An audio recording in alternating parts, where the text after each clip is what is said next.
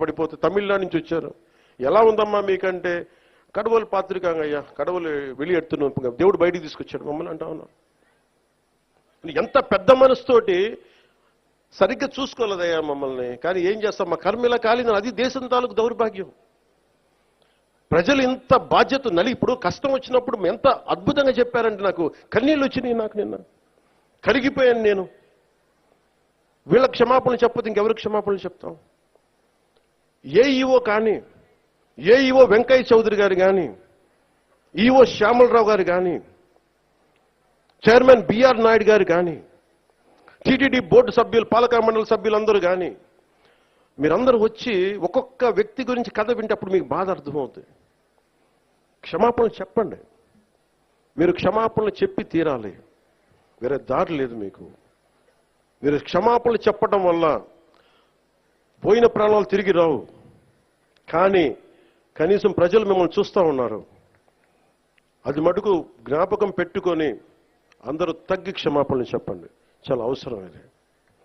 ఎందుకంటే ఈరోజు రాష్ట్రం మొత్తం, దేశం మొత్తం మీరు చేసిన తప్పుకి సంబరాలు జరుపుకోవడానికి ఆలోచిస్తూ ఉన్నారు. 4 లక్షల మంది ప్రజలు గరుడోత్సవాలకు వస్తే క్రౌడ్ మేనేజ్మెంట్ చేయగలిగే వాళ్ళు అక్కడ చేయలే.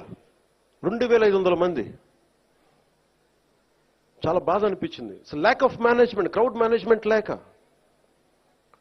ఎవరిని ఎంతమందిని కూర్చోబెట్టాలి ఈ ఆలోచన లేక, అది కానిస్టేబుల్స్ గా దగ్గర నుంచి అధికారులు, ఎస్ఐలు, సిఐలు, 1100 మంది పైచిలకు పోలీసు.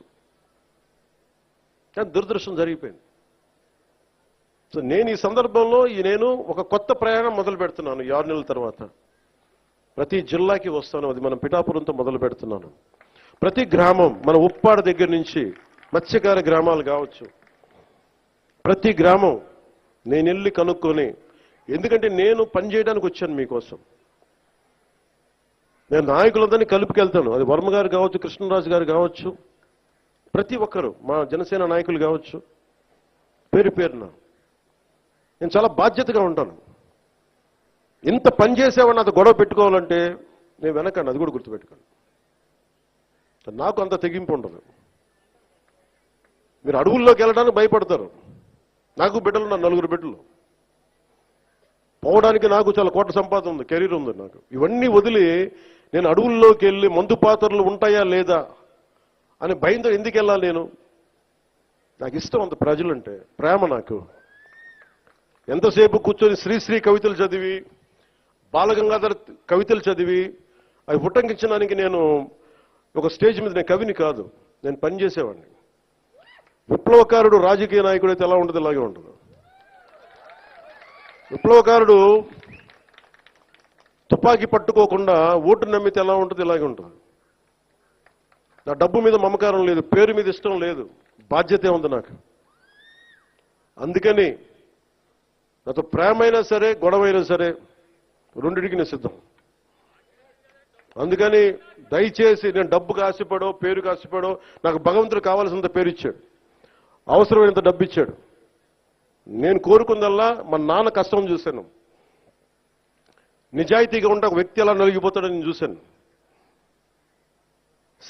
పడలేక అవినీతితోటి సెలవులు పెట్టేవాడు మా నాన్న. ఆయన కష్టం చూశాను. మొత్తం అవినీతిమయం అయిపోయింది కాదంటలా, కానీ అవినీతిమయంలో కూడా ఎంతో కొంత చిన్నపాటి తక్కువ అవినీతి చేయించే పరిస్థితిలో ఉన్న ఆలోచిస్తాం తప్ప అవినీతి నిర్మూలించలేం. నేను అదే కోరుకుంటా ఉన్నాను. బాధ్యతగా ఉండాలి. అందుకని నేను మీ